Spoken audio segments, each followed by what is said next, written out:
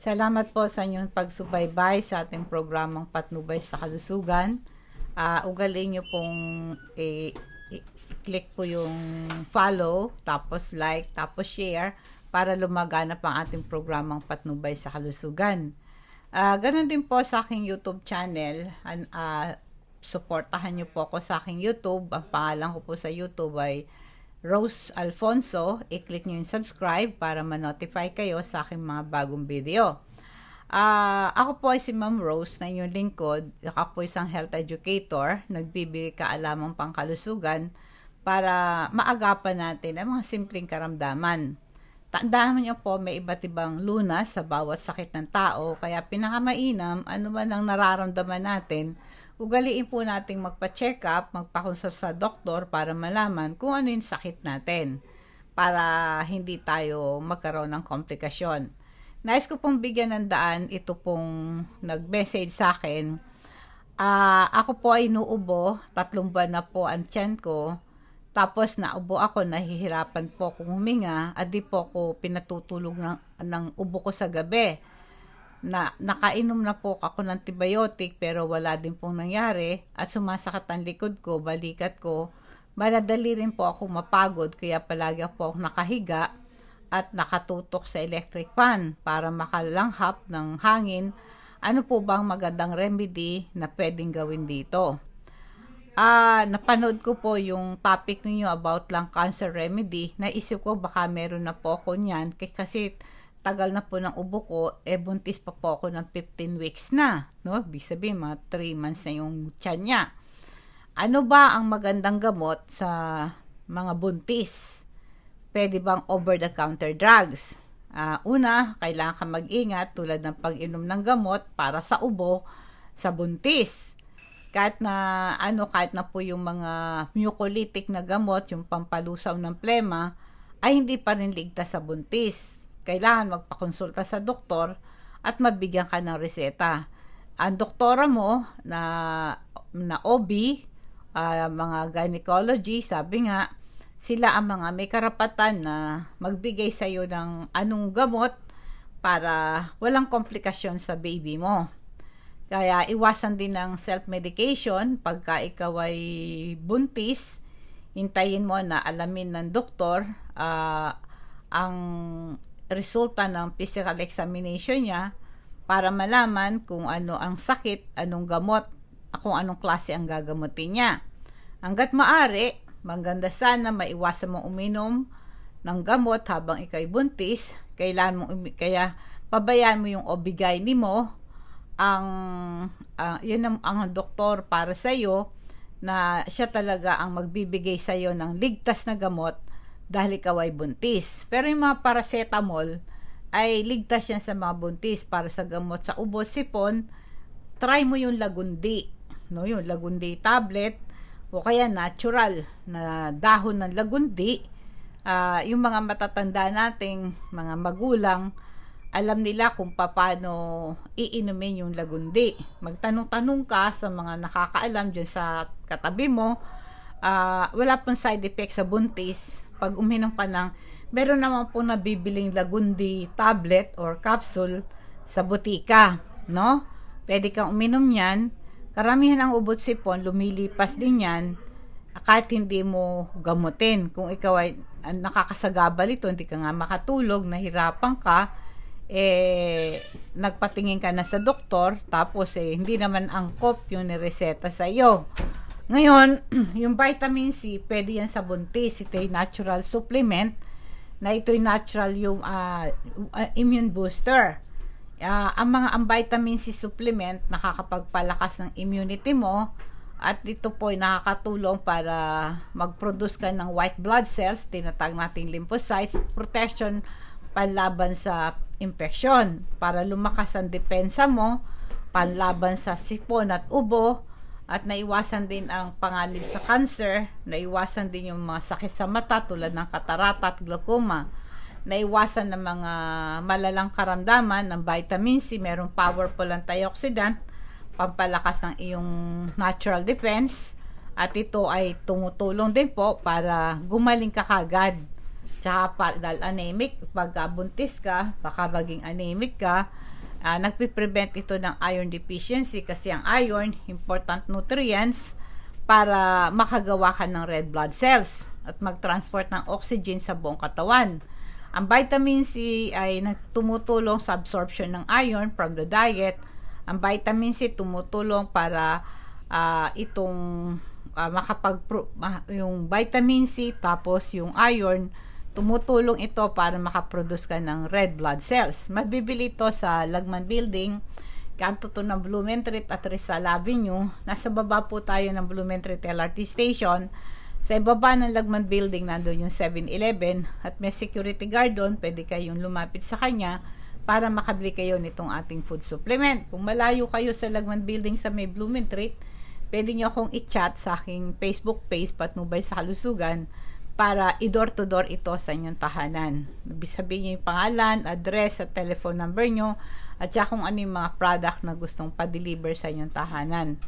Hanggang maaari, sabi nga, umiwas minom ng gamot habang ikay buntis. Kailangan minom ka ng gamot ayon sa OB-GYN mo, no? Para sigurado. Merong mga ilang home remedies na gamot sa ubo, sa buntis. I-try mo yung apple cider vinegar. Nakakatulong apple cider vinegar pampalakas ng sistema laban sa mga viruses. Para sa mga buntis, mabisa itong gamot sa ubo. Uminom ka lang sa isang baso ng maligamgam na tubig. Maglagay ka na isang kutsara ng apple cider vinegar tsaka isang kutsara ng honey. Pwede mong inom ito ng 3 beses maghapon. So, walang masama yun sa buntis. Try mo yan, Ang luya, mabisa din ang luya sa ubo, lalo na kung sa mga buntis ka, para mabawasan ng plema o pamabaga ng iyong lungs. Basta pakuluin mo lang yung ginayat na luya, mga 10 to 15 minutes. Tapos, hanguin mo, kuha ka ng isang baso, isang tasa. Tapos, lagyan mo din ng isang kutsara ng honey, yung pinaglagaan mo. Ito rin po ay makakatulong para maiwasan yung dry cough. Minsan, pwede mo rin gawing candy. Yung isang piraso ng luya, ilagay mo sa bibig mo, ngata-ngatain mo. Ito rin po ay maganda sa ubo, no? Para din sa sakit ng lalamunan, i-try mo din yan. Pwede kang magmumog ng mainit na tubig na may asin. Sa isang basong tubig na maligamgam, lagyan mo isang kutsara ng asin, isang kutsarang asin, isang kutsarang suka, imumog mo yan. Ito'y maganda sa lalamunan mo. Pero syempre, kailangan ng pahinga. Sabi mo nga halos nakahiga ka na lang, nakatutok sa ventilador, para makahinga ka. Minom ka ng maraming tubig, yung maraming juice, mga sabaw, kasi po yung tubig, ito'y nakakatulong para yung plema, ito'y mabaklas. Tsaka pag umiinom ka ng tubig, dapat maligamgam, no? Ito'y nakakabuti ng iyong pakiramdam at pampahupa ito ng pag-ubo pag umiinom ka ng maligamgam na tubig. Tapos lagi naghuhugas ng kamay, para sa ganon ay maiwasan mo pa yung mga virus na nasa kamay mo, ito ay maitapon mo, no? Hindi ka ba kahawa. Walang isang gamot, pero may gamot na paraan maibsan ng sintomas nito. Kaya inuulit ko, pa-check up ka sa OB-GYN mo. Ngayon, nakakabuti rin po yung nebulizer. Kasi minsan yung mga antibiotic, sabi mo nga binigyan ka ng antibiotic pero wala namang epekto sa iyo. Kaya ito, sabi ganon, minsan yung mga antibiotic nagkakaroon ng complications sa mga organ ng fetus, no? Kaya maaring ito'y magkaroon pa ng komplikasyon. Kaya dapat mag-ingat ka sa pag-inom ng antibiotic. Yung paracetamol, okay lang yon, no? Lalo syempre pagka inuubo ka, sinusupong ka, sumasakit ang katawan mo, pwede ka uminom ng mga paracetamol. Pwedeng inumin yan 1 o 2 beses sa maghapon. Pero iwasan mo yung mga analgesic, pwedeng mag-cause ng hyperacidity o ulcer yan. Bawal yung aspirin, pwedeng maapektuhan yung platelets, mag-cause ng internal bleeding, magkaroon apektado yung platelet function ng buntis, ano? Mag-ingat ka sa mga decongestant, lalo na kung hindi naman nirekomenda ng doktor. Kaya anything na gamot na inumin mo ay kailangan, pera lang po yung mga food supplement tulad ng vitamin C, vitamins lang yan, food supplement yan, ito'y makakatulong para lumakas ang immune system mo. Paalala po sa omega-3 fatty acid, ito is good for the heart, napapabagal yung bara sa puso, naiwasan po yung abnormal heart rhythm, nare-reduce yung heart attack at stroke, napiprevent yung blood clot. Kasi po ang omega-3 fatty acid, iniiwasan na magkumpul-kumpul yung platelets para maiwasan yung blood clot na major cause po ng cardiovascular disease. Ang omega-3 fatty acid ay natural na effective treatment sa constipation, lalo na kung constipated ka. Ang omega-3 fatty acid ay maganda sa healthy functioning ng ating digestive tract. Ang regular intake po ng omega-3 fatty acid, nare-reduce yung cholesterol, triglycerides, at nare-reduce ang panganib sa coronary heart disease. Nare-reduce yung inflammation, lalo na kung nakaling sa osteoarthritis, para maiwasan yung pamamaga ng mga butot, kasukasuan, yung mga joints inflammation like arthritis. Pag lagi kami inom ng omega-3 fatty acid, na iwasan yon. Pang-prevent din ito ng prostate cancer, breast cancer, ito pong omega-3 fatty acid. Ang regular intake po ng omega-3, ito'y maganda rin sa skin problem like eczema, allergy, rashes, and psoriasis.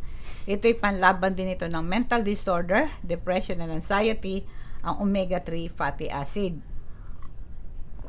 Ang mga natural na gamot sa ubo, sipon, sa buntis, sapat na pahinga, uminom ka ng maraming tubig, kumain ka ng tama, kung may sore throat ka, ubo, magmumog ka ng maligamgam na tubig na may asin at suka. Kung sakali lumala ang sintomas ng ubo mo, pwede mong ang gawin mo, gumamit ka ng facial steamer, no, yung vaporizer.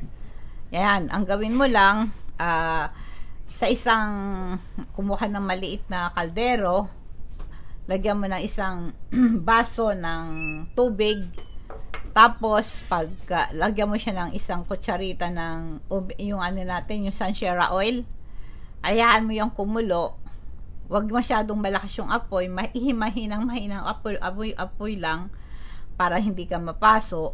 Tapos pag nagsisimula na siyang sumingaw, maamoy mo na yung amoy ng sunshera oil, kumuha ka ng isang maliit na tuwalya, magtalakbong kang ganon, sakupin mo yung usok, yung lumalabas doon sa kaldero. Yung vaporizer na yan, may kasamang singaw ng sunshera oil, nakakapagpa-relax ng iyong paghinga, mga barabarang ilong, at nakakabaklas ng plema, naalis yung chest congestion mo. I-try mo yan, malaking tulong yan. Ito pong sunshera oil natin, ito'y pinagsama-samang katas ng halamang gamot, tulad ng acapulco, pansit-pansitan, luyang dilaw, turmeric, dito pong bayabas, oregano, malunggay, gota cola. Subok na mabisa yung sakit ng ulo, sipon, lagnat, trangkaso, sa mga pamamalat, sickness, kabag, pahid mo sa dibdib mo, nakakaginhawa ng paghinga. Kung may dysmenorrhea ka, nakakalis ng sakit ng puson.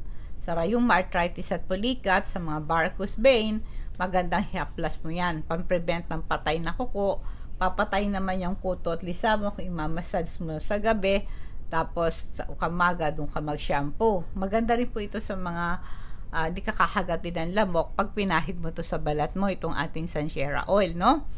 Kaya talagang mahirap umubo. Sabi mo nga sa description mo sa sarili mo na sobra kang pag-ubo, kaya hindi ka tuloy makatulog, masakit na yung likod mo sa kakaubo mo. Ang ubo po ito'y nakakaligtas talaga ng buhay ng tao. Ano po? Kasi sa pamagitan ng pag-ubo ay inaalis mo yung bara, dadaanan nating hininga. Kaya kasi may mga mikrobyong nakakasira sa baga po natin, kaya tapos nagkakaroon ka ng plema. So pag umuubo ka, ito yung paraan para yung plema maidahak mo, mailabas mo ito. Pag yan ay nakakapagbara sa paghinga mo, kaya sa paraan ng pag-ubo mo, natatanggal mo yung bumabarang plema. Kaya ang ubo po ay isang simptomas, hindi sakit ito. Ang pag-ubo, nagpapahiwatig lang na meron kang problema sa katawan mo. Kaya pagka, baka meron kang contamination sa loob ng baga mo, meron ka bang history ng hika o allergy, kaya ka inuubo. Kaya ngayon, ang sanhi ng ubo mo, maaring meron kang infection na dala ng virus, no? Kapag inuubo ka, sisipunin ka, dala ng virus, uubuhin ka ng uubo na dalang plema, kaya nagkakasipon ka.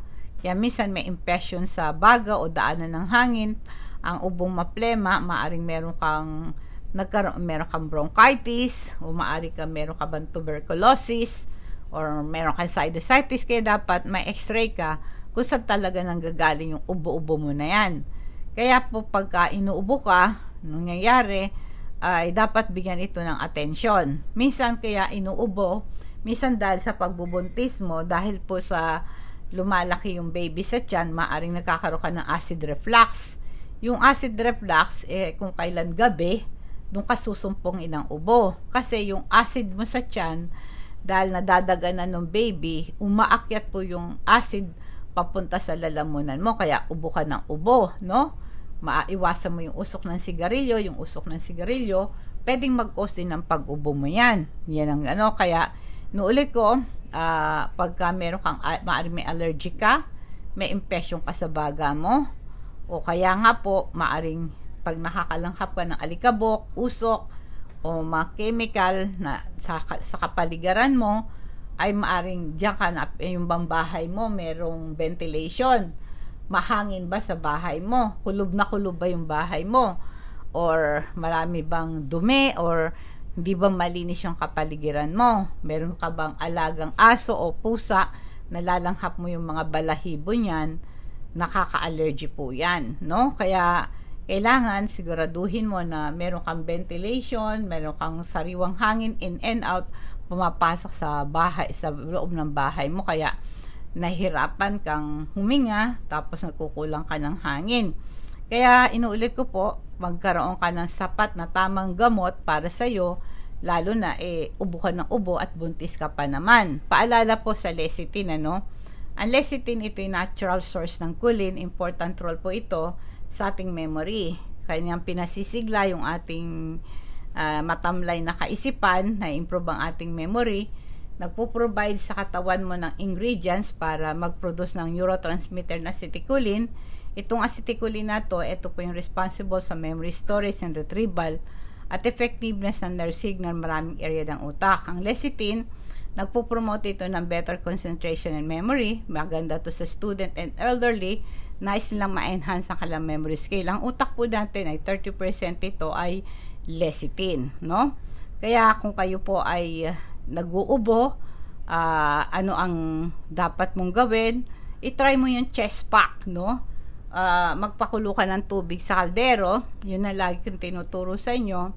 Pagkatapos, kuha ka ng bath towel na makapal, i-fold mo into half, i-rolyo mo, hawakan mo sa magkabilang dulo, doon sa tubig na kumukulong tubig sa kaldero, ilublob mo yung towel, tapos pipigain mo, hawakan mo magkabilang dulo, pipigain mo, tapos ibalot mo ng tuyong tuwalya, ilagay mo dito sa dibdib mo yung mainit na tuwalya, kasi yung chest pack na yon, yung mainit towel na yon, babaklasin niya yung plema doon, babaklasin niya dibdib hanggang sa may sikmura mo, hanggang sa tiyan mo, lagay mo, itapal mo yung mainit na tuwalya na yon, mga 30 minutes yon. After 30 minutes, massage mo ng Sanshera oil. Malaking tulong po yan para mawala yung plema mo, no? Kaya pagka-araw, magbilad ka sa araw para mainitan ka, kasi yung vitamin D, yung sunshine vitamins, tumutulong para lumakas ang lungs mo, no? Malaking tulong po kasi yung init ng araw sa mga inuubo. Para hindi ka manghina, uminom ka ng Super B Complex. Ito yung combination ng 8 essential vitamins. B1 para sa healthy growth and function organ including the brain and the heart. Meron siyang B2 para ma-break down yung fats. Meron siyang B3 yung niacin para ma-maintain yung healthy skin, healthy nerve and digestion. Para ma-improve din ang cholesterol level. Meron siyang B5. Ito ay pantothenic acid, napakalaga sa kalusugan ng utak at nervous system. Meron siyang B6 para sa paggawa ng red blood cells na nagdadalang oxygen throughout the body para lumakas ang immune system. Meron siyang B7, ito'y biotin, napakalaga para gumanda yung hair mo, yung kuko mo at nerve function mo. Meron siyang B9 na folic acid, ito po ay natural para magkaroon ka ng good DNA and genetic material during pregnancy. Kailangan mo to para ma-reduce ang panganib sa certain birth defect, lalo na sabi mo ubo ka ng ubo, di ba? Meron siyang B12 para ang katawan mo nire-require po ang vitamin B12 para maiwasan ang anemia. Kaya itong combination, itong 8 vitamins na to ay nasa Super B complex para mag-provide sa katawan mo ng energy due to certain health condition o due to poor diet. Kailangan mo ng Super B complex, no? Nuulit ko, magiinom ka ng tubig lagi para mabaklas yung plema mo. Magiinom ka ng fruit juices tulad ng sabi ko sa iyo kanina. Subukan mo yung yung ating pong mga juices, no? Kahit halimbawa pineapple juice, try mo yon. Malaking tulong po yung lagundi. Nasabi ko na sa iyo kanina yung lagundi. I-try mo yon, no? Kaya kapag ikaw ay nakahiga sa gabi, ay magpatong-pato ka ng unan para nakataas yung upper part ng body mo para hindi masakit sa dibdib, no? Tsaka kung meron kang kasama sa bahay na naninigarilyo, tumigil mo na siyang manigarilyo. Huwag palanghap sa'yo. Yung mga alikabok at usok, panatilihing malinis yung bahay mo. Pwede kang magsuot ng face mask, kaya lang pag nahirapan ka humiga, no? Basta mag-steam ka lang. Kung acidic ka sa tiyan, naubo, kasi pag acidic ka, lagi kang uubuhin kasi po yung nagpapalala ng ubo mo yung acid mo sa tiyan. Kaya nga po ang laking tulong na magagawa yung apple cider vinegar. Yung apple cider vinegar sa isang baso, kung ikaw may GERD, mayroon kang hyperacidity, lagi kang dighay ng dighay, sumasaktal sikmura mo, dighay ka ng dighay, meron kang problem sa hyperacidity, heartburn, sa isang baso ng tubig na maligamgam, maglagay ka ng 1 kutsara ng apple cider vinegar, 1 kutsara ng honey, tapos inumin mo yon 3 times a day. Nakakalis ito ng hyperacidity at saka ubo at makakatulong para babaklas yung plema mo, no? At saka yung maganap kayo ng dahon ng lagundi. Pwede mo tong pakuluin, malinis na dahon ng lagundi, pakuluin mo to, tapos inumin mo to. Pwede rin po yung sambong, pwede rin yung alagaw, inumin mo, no? Malaking tulong ito. Paalala mo na sa calcium magnesium. Ang calcium magnesium, ito po'y mineral na nakapagpapalakas ng ating buto.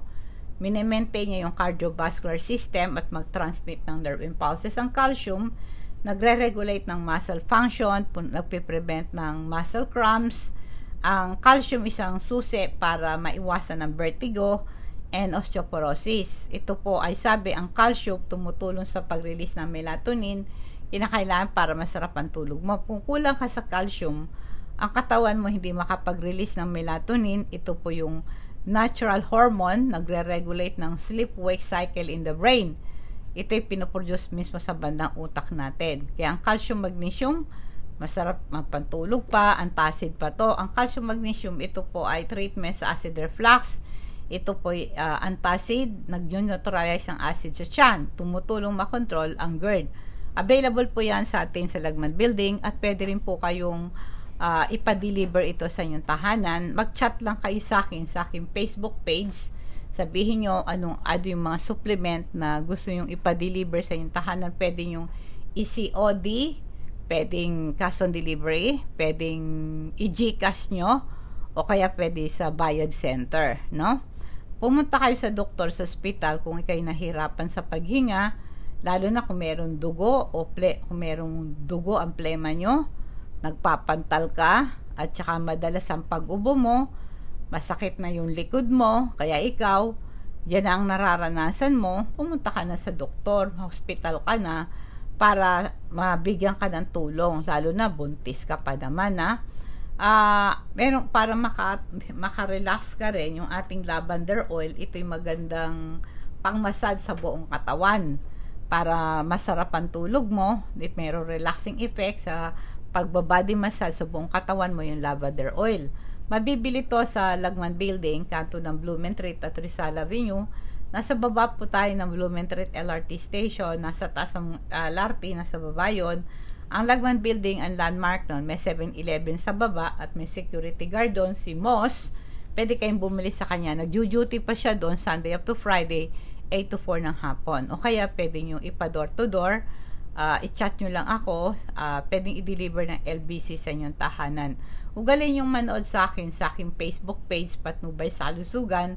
Ugalin nyo po siyang i-follow, like and share para lumaganap ito. Hanapin nyo rin po ako sa aking YouTube channel, Rose Alfonso. I-click nyo yung subscribe para ma-notify kayo sa aking mga bagong video. Ngayon po idadako tayo sa ating food for thoughts. Ano po ba sinasabi ng Biblia tungkol sa mga taong arugante, sa mga taong mapagmataas? Alam mo, ang pride, ito is superiority. Feeling superior ka, no? Sabi sa Proverbs chapter 8, verse 13, to fear the Lord is to hate evil. To hate pride and arrogance, evil behavior, and perverse speech. Alam mo, pag tayo may takot sa Diyos, no? Alam, sabi niya nun, the fear of the Lord is to hate evil. Pag ikaw ay may takot sa Diyos, kasusuklaman mo ang kasamaan. Kasusuklaman mo ang kapalaluan, at kasusuklaman mo ang kahambugan, at masasamang ugali, at masasamang bibig. Yan ang mga taong may takot sa Diyos. Pero pag wala kang takot sa Diyos, ay ikaw masyadong palalo, masyado kang hambog, at magsasalita ka nagmumura ka sa kapwa-tao mo. Kasuklang-suklang yon sa harapan ng Panginoon. Kaya sabi po sa Proverbs chapter 16 verse 18, ang pride, ang kapalaluan, ay nagpapauna ng kapahamakan, at ang mapagmatas na diwa ay ang pagkabuwal. Kaya pag ikaw ay palalo, papunta ka sa kapahamakan. Pag mapagmataas ang diwa mo, papunta sa pagbagsak. Kaya sabi nga, pride goes before destruction and haughty spirit before a fall. Kaya nga po, before destruction, a man's heart is haughty, but humility comes before honor. Ang sabi po, bago ang pagkapahamak ay pagmamalaki sa puso ng tao.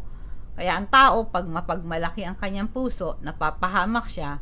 Pag siya'y mapagpakumbaba, meron siyang karangalan. Kaya katulad din po ng karanasan ni Lucifer. Nung si Lucifer ay si Lucifer o si Satanas ang tinatawag, siya yung pangulo ng mga anghel. Noong sa Old Testament, sa Ezekiel 28 verse 15, ang sabi, ikaw ay sakdal. Ang kanyang dating pangalan Lucifer. Ikaw ay sakdal sa iyong mga lakad mula sa araw na ikaw ay lalangin, hanggang ang kalikuan ay nasumpungan sa iyo. Sabi niya, nung siya'y nilalang, siya po ay sakdal. Ang kanyang mga lakad ay puro tama, no? Kaya lang dumating ang panahon, nasumpungan sa kanyang kalikuan. Ano po ang nakitang kalikuan sa kanya? Ang sabi po sa Ezekiel 28 verse 17, ang iyong puso ay nagmataas dahil sa iyong kagandahan. Iyong ipinahamak ang iyong karunungan dahil sa iyong kaningningan, aking ihahagis sa lupa. Dahil sa kanyang pagmamataas, dahil sa may kagandahan, sabi, siya ay may karunungan, nakita niyang siya ay pala'y mataas. Kaya sabi, doon siya napahamak, kaya inihagis siya sa lupa. Ang iyong puso ay nagmataas dahil sa iyong kagandahan, ay yung pinahamak ang iyong karunungan dahil sa iyong kaningningan, aking ihahagis ka sa lupa. Sa pamagitan ng iyong mga kasamaan at kalikuan, ay sabi niya gano'n, nilapastangan mo ang santuaryo, kaya ako'y maglalabas ng apoy sa gitna mo, tutupukin kita at magiging abo ka sa ibabaw ng lupa. Kaya nga po sabi sa James chapter 4 verse 10, magpakababa kayo sa paningin ng Panginoon at kanyang itataas. Kaya pag ang tao ay nagpapakababa, siya po ay itataas ng Panginoon. Kaya mag-ingat po tayo, baka pinagmamalaki na natin yung ating kayamanan, pinagmamalaki na natin yung ating naabot na tagumpay sa business, kaya nagiging kaya ikaw mataas ka na magsalita. Sabi niya, mataas na ang diwa mo, no? Sabi niya, ang mga mapagpakumbaba ay tinataas ng Diyos, subalit ang mga matataas, ito ay kanyang binabagsak. Magandang gabi po. Sumaatin nawa ang biyaya at kapayapaan mula sa Diyos na Ama at ating Panginoong Hesukristo, and God bless us all.